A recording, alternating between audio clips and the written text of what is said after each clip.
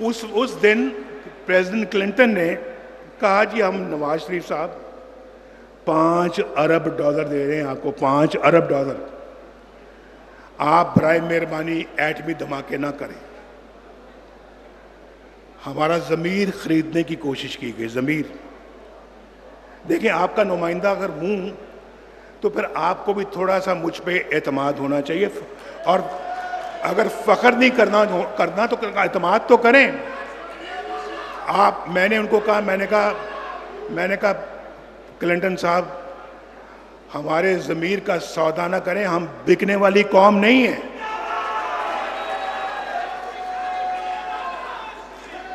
اور میں نے کہا ہم اپنی غیرت کا اور ضمیر کا سودا نہیں کرتے۔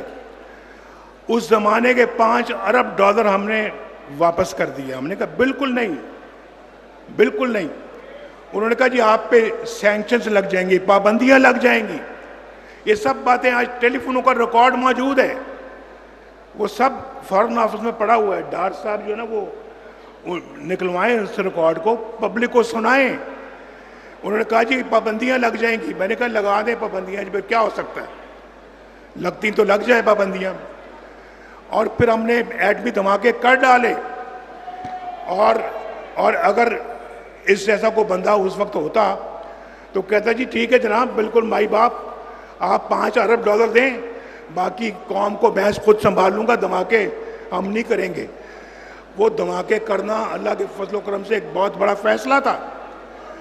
اور وہاں پر آپ جانتے ہیں کہ وہاں انڈین پارلیمنٹ میں یہ خبر دی گئی کہ پاکستان نے 5 دھماکوں سے آج جواب دے دیا ہے ہمارے دھماکوں کا۔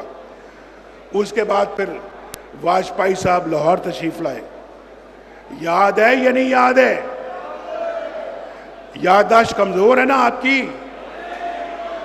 تو تشریف لائے اور ہم سے آ کے یہاں پہ معاہدہ کیا۔ یہ الگ بات ہے کہ ہم نے معاہدے کی خلاف ورزی کی، اس میں ہمارا قصور ہے، اس میں ہم قصوروار ہیں۔ لیکن اب اللہ کے فضل و کرم سے شہباز شریف صاحب دوبارہ اس منصب پہ فائز ہوئے ہیں۔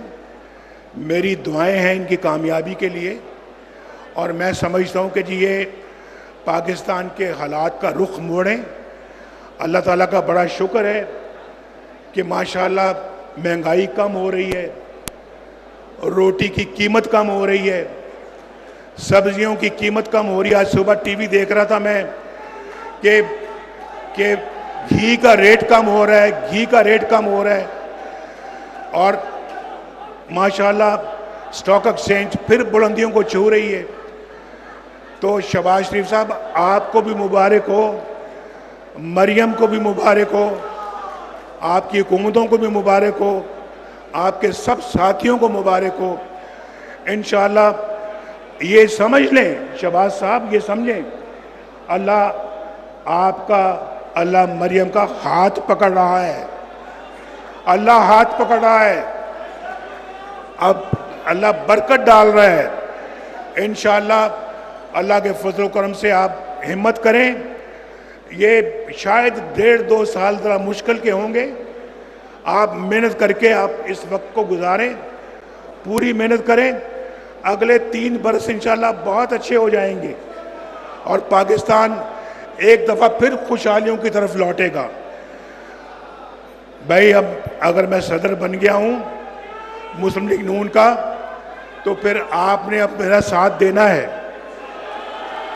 میرے ساتھ مل کے مسلم لیگ نون کو منظم کرنا ہے۔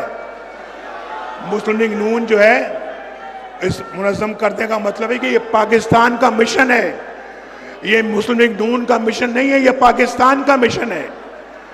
آپ سب یہاں جانے سے پہلے مجھ سے وعدہ کریں کہ اس معاملے میں میری بھرپور مدد کریں گے۔ ہاتھ اٹھا کے کہیں میرا ساتھ دو گے، زبان سے بھی کہیں اور ہاتھ اٹھا کے بھی کہیں میرا ساتھ دو گے۔ بہت بہت شکریہ، اللہ تعالیٰ آپ کا حامی و ناصر ہو۔